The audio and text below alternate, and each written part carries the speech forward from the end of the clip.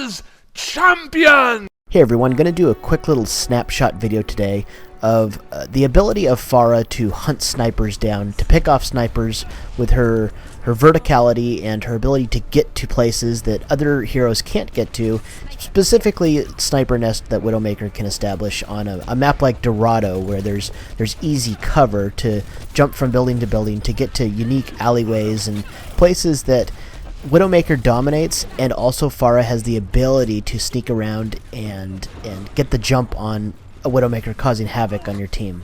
There's three big things you really want to pay attention to when you know they have at least one sniper on their team. The first is the sound.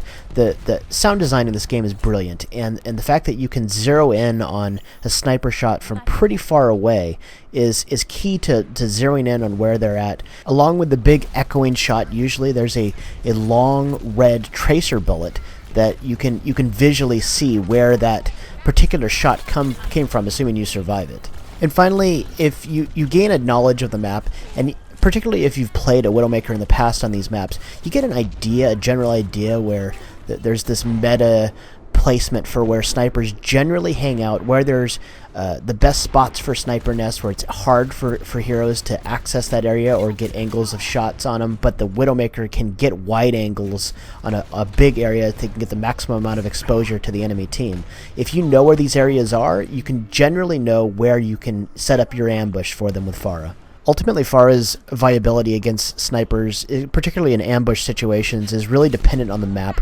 A map like Route 66, it's difficult to get certain angles on snipers. They just have such a wide arena area that it's pretty hard for a Pharah to be able to sneak up. But a map like Dorado is excellent for being able to weave your way around alleys, jump up to the top quickly to a sniper nest, and assuming they don't have Widowmaker vision on her ultimate, you should be able to get the jump on them, and you should be able to do enough damage before they can react.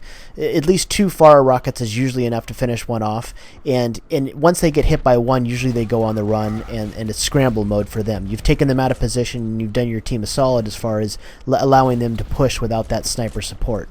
The main thing I want you guys to take away from this game is that Widowmaker's only a counter to Pharah if you allow her to be. If you're savvy enough to know a map, or a map is advantageous for you, Widowmaker, who generally gets the advantage on Pharah because she's slow in the air, she makes a viable target for Widowmaker from distance. If you're able to ambush her, you take away her advantage, then actually Pharah becomes the hunter and Widowmaker's the hunted. Specifically, what happens in this game is my harassment was enough that both those Widowmakers switched off, and we were able to push to the first cap point. So I hope you guys found this helpful. Eradicate some Widowmakers, and I'll see you in game. Good luck out there, guys.